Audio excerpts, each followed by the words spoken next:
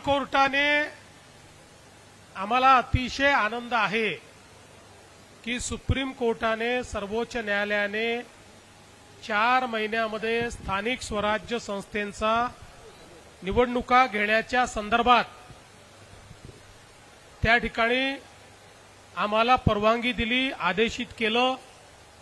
सर्वोच्च न्यायालयाच्या निर्णयाचं आम्ही मनापासून स्वागत करतो आणि आम्ही निवडणूक आयोगाला विनंती करणार आहोत की निवडणूक आयोगाने तात्काळ या संदर्भात सगळी तयारी करावी।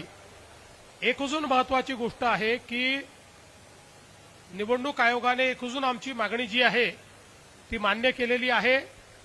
ओबीसी आरक्षणाच्या संदर्भात बाठिया आयोगाच्या पूर्वीची स्थिती असणार आहे, त्यामुळे या निवडणुकांमध्ये ओबीसीचं पूर्ण आरक्षण हे देखील लागू असणार आहे।